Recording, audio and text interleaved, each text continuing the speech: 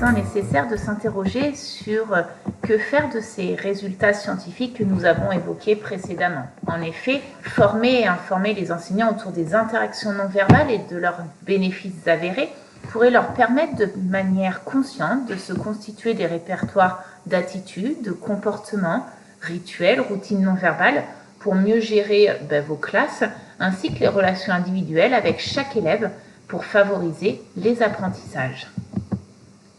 Former, informer, vous aider à prendre conscience de vos interactions corporelles, de votre langage non verbal, pour apprendre à vous mettre en scène corporellement, à porter attention à ce langage corporel, à adapter et adopter des rituels et des routines non verbales. Cela revient également à toute la problématique et le courant d'études autour de la théâtralisation du corps enseignant, notamment qui avait débuté par Pujadt-Renaud dès 1983, qui parlait de théâtralisation pédagogique, dont Goffman a parlé sous forme de métaphore théâtrale. Visioli, Riyad, Roel en 2011 ont également évoqué ce corps et cette théâtralité dans l'action de l'enseignant d'EPS. Cette mise en scène corporelle à travers la théâtralisation pédagogique, telle que Fillou en 1984 l'a définie, est une conception reprise récemment avec l'idée que l'enseignant doit être un comédien dans sa classe. Cette idée est bien sûr contestée par Jorot en 2002, pour qui le côté forcé, la grandiloquesse, les tours spectaculaires diffèrent des tours du métier et posent des problèmes éthiques. Toutefois, c'est bien la question de l'agir enseignant, tel que Bucheton-Soulet en 2009 ou Jorot en 2004 l'ont défini à travers les notions de charisme, d'autorité, de gestion de la classe qui est au centre des préoccupations. Celui-ci renvoie également aux gestes professionnels développés par les enseignants en classe qui peuvent être définis comme des actions menées par l'enseignant qui prennent la forme d'actes de langage, expressions, phrases ou mots, d'actions gestuelles ou d'expression du visage, selon Bruderman et Pellissier en 2008.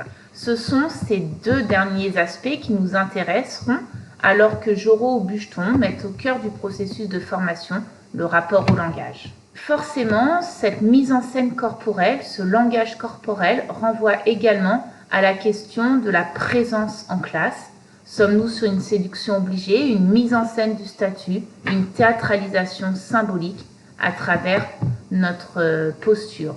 Cela revient à la question du charisme et si pour beaucoup le charisme semble inné, notamment quand j'avais interrogé les croyances des étudiants en formation initiale autour de ce charisme, j'ai envie à travers ces interventions plutôt d'affirmer que si certains naissent avec des facilités liées à leur environnement culturel, leur stimulation ou l'attention portée à ce langage corporel dès leur plus jeune âge, il s'agit essentiellement de techniques qui s'acquièrent et à travers une prise de conscience de l'importance de ce langage corporel et des effets que cela peut avoir sur les élèves, c'est donc une invitation à repenser ce charisme, cette attitude, cette posture en classe.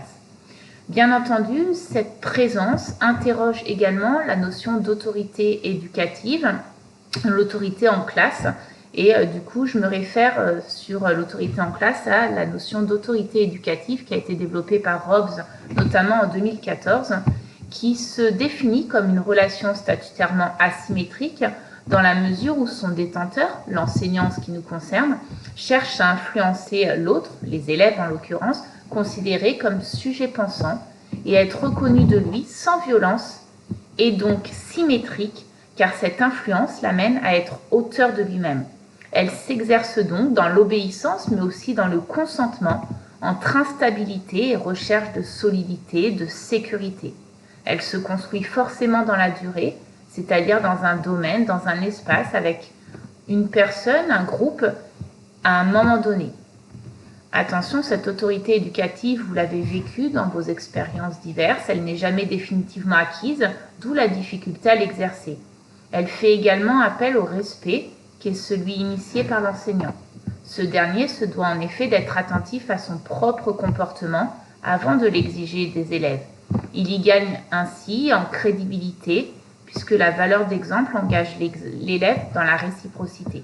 Cet auteur définit également ce qu'est avoir de l'autorité comme être l'autorité, avoir de l'autorité, faire autorité. L'être l'autorité, c'est l'autorité statutaire, mais qui est non suffisante pour créer les conditions de l'apprentissage. Ce n'est pas parce que maintenant vous êtes enseignant que vous avez de fait l'autorité.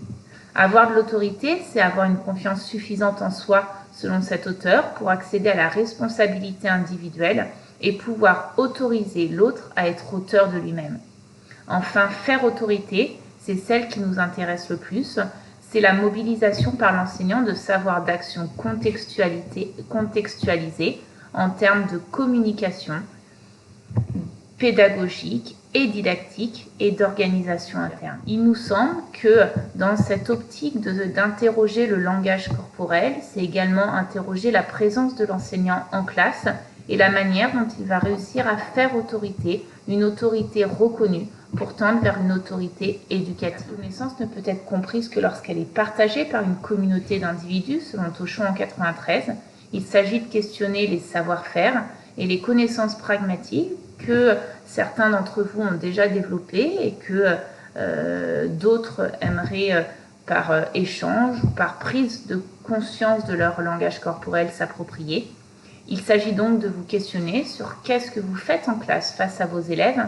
Quelle prise de conscience avez-vous de vos interactions? Et donc, il nous semble important d'impliquer une discussion des savoir-faire, des connaissances pragmatiques que les enseignants utilisent consciemment ou non dans le cadre de leurs leçons face à leur classe. Ça signifie de questionner ce qui se passe dans le contexte de la classe afin de donner les moyens aux enseignants d'être réactifs et armés pour réagir le plus rapidement possible et surtout le plus efficacement possible dans une situation donnée en classe. Bien entendu, il ne s'agit pas de gestes magiques, il n'existe malheureusement pas de recette pour savoir ce qui est le plus efficace, mais là on parle de techniques, si on se réfère à la métaphore théâtrale, qui vont permettre d'apprendre à maîtriser au mieux son langage corporel et d'essayer de mesurer surtout les effets de ces interactions et de la qualité de ce langage corporel sur les apprentissages de ses élèves, sur le climat de classe, sur la relation qui est créée. Pour appuyer nos propos, donc nous appuierons sur la fonction que j'ai déjà présentée dans la revue Enseigner l'EPS en 2018, qui portait sur la fonction technique, la fonction communicationnelle et la fonction relationnelle. Cette fonction relationnelle, je l'ai évoquée lors de la biennale de la EPS à Bobigny en octobre 2019.